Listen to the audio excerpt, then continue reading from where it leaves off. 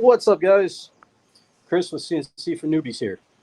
I wanted to go live and give you guys an idea of how I get finite calibration and awesome 2D digital tracing um, with respect to um, the mount system that I use. So I actually use a endoscopy digital camera for my um, calibrations, and I'm gonna flip this around and I'll show you what I use. And this is on a CNC for Newbies machine. This is my 4896 machine, but it can go on a lot of different machines, and these things help. If you really are in a pinch for one, what I recommend you doing is these pins that I'm always talking about. Take your uh, endoscopy camera and line it upright and super glue it to one of those pins, and it'll slide in and out of the spindle mount. And then you have a really cheap endoscopy camera to use. You don't have to buy anything, but having mounts that come off and on and are adjustable are always good. So let's see here. Settings, camera, back camera, and we'll close out. Okay, so this is actually one of the tools that I use when calibrating my machines. This mount is compliments of Jay over at JTech Photonics, the JTech laser kit that is available for most everybody's machines. Um, Jay was nice enough to help me with this project with the STL, and then he actually cleaned up some of my STLs for me. So, Jay, thank you so much for all you've done for the community as far as the lasers go, as far as the 3D printing goes. Um, this particular one is for Scott B. Um, but basically, what I use is I use an endoscopy camera off Amazon. But what makes this really nice is the mount, and then the 3 screw adjuster, and then the mount up here. And you can mount a secondary tool of sorts like a laser or anything of that nature on this mount. Okay, so when you're using these, you want to have adjustability.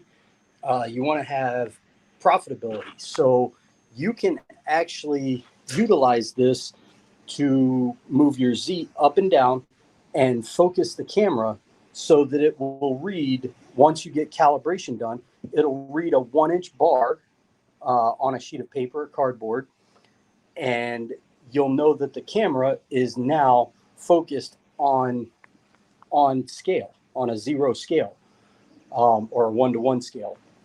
And you can go around a cardboard or hand draw tracing of a part perimeter, and you'll be able to digitize that by just doing a simple DXF point cloud or point set, not necessarily a cloud. But what's really nice is these screws, the 6 screws here, allow that camera to be tilted forward, back, left, right, and I can still tilt this and spin it 360 degrees. And then the USB just runs through, plugs into the computer, and I have a program for Gerbil to allow you to see the camera. And then UCCNC actually has a plugin that will allow you to use the camera as a webcam, as a streaming cam. Uh, but there's also a buy plugin from Eric Burst's, uh, what is it? UCopy or UCam copy. And he he has something that you can actually record perimeter locations. And you can tune the camera to differentiate between different colors, and you can get a profile shape that way. You guys saw me using something like that for the hand grip files, and going from there. So one of the ways that this is super useful for me is in calibration. Um, I don't have any, hold on here. Let's go over here. So I'll take a real simple millimeter / inch metal ruler. I'll tape it on my table. I'll line the camera crosshairs up on 1, and I'll tell it to move 9 inches. And if it moves 9 inches and it lines up on 10, then I know my measurements are on. If it's short, now I need to calibrate my steps per millimeter or my steps per inch in my software. UCCNC has a great calibration tool in it.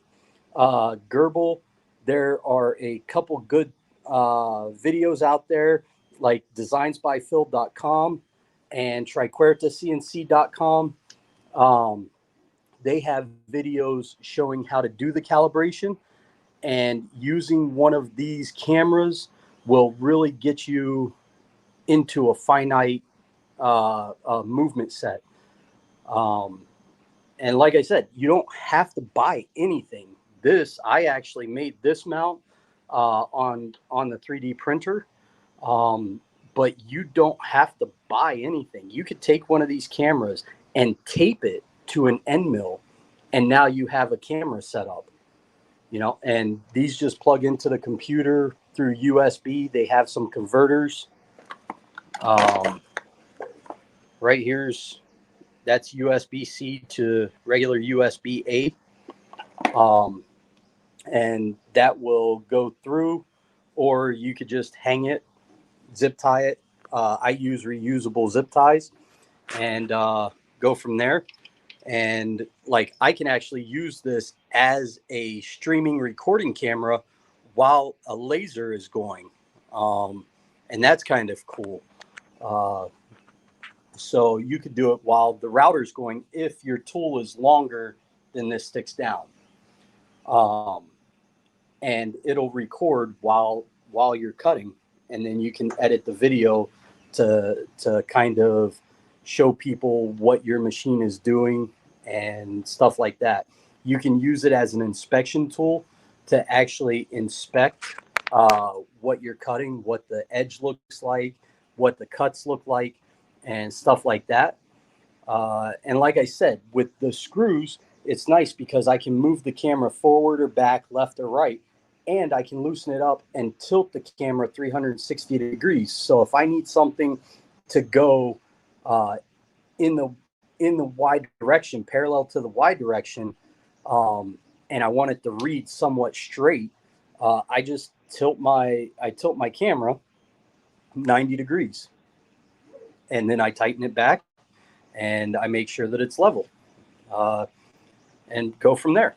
So just some different things that I use, and once again, as you can see, the 3D printer is printing them, and then on top of the calibration, the tramming tools make setting up a machine so easy that realistically you have to think about what are you doing and how can you save time. Hold on. There we are. You want to look at what you're doing, how you can save time, and how you can get the best resolution possible. So with this setup, I can get the best resolution between my Gerbil or my UCCNC or my Mach 3, Mach 4 machines. You can really hone in on some skills or some resolution and build some skills. So that's just a cool little tool that I thought not a lot of people utilize, not a lot of people see, but it'll be a really big benefit to you if you get one. You can get them on Amazon. You can get the USB cameras on Amazon, but the mount, that's one that I'm making. And once again, the base mount file came from Jay at JTech Photonics. And I want to give a big shout out to Jay for all of his help with this project. And we've been doing some stuff over the years together, and it's been phenomenal. And the fact that he gives back to everybody the way he does, I really appreciate it. So thank you, Jay. Guys, if you would give his business page a like and follow up with what he's doing, um, and then on top of it, just keep building some really cool stuff out of your guys' machines and moving stuff forward. Okay. All right. Later, guys.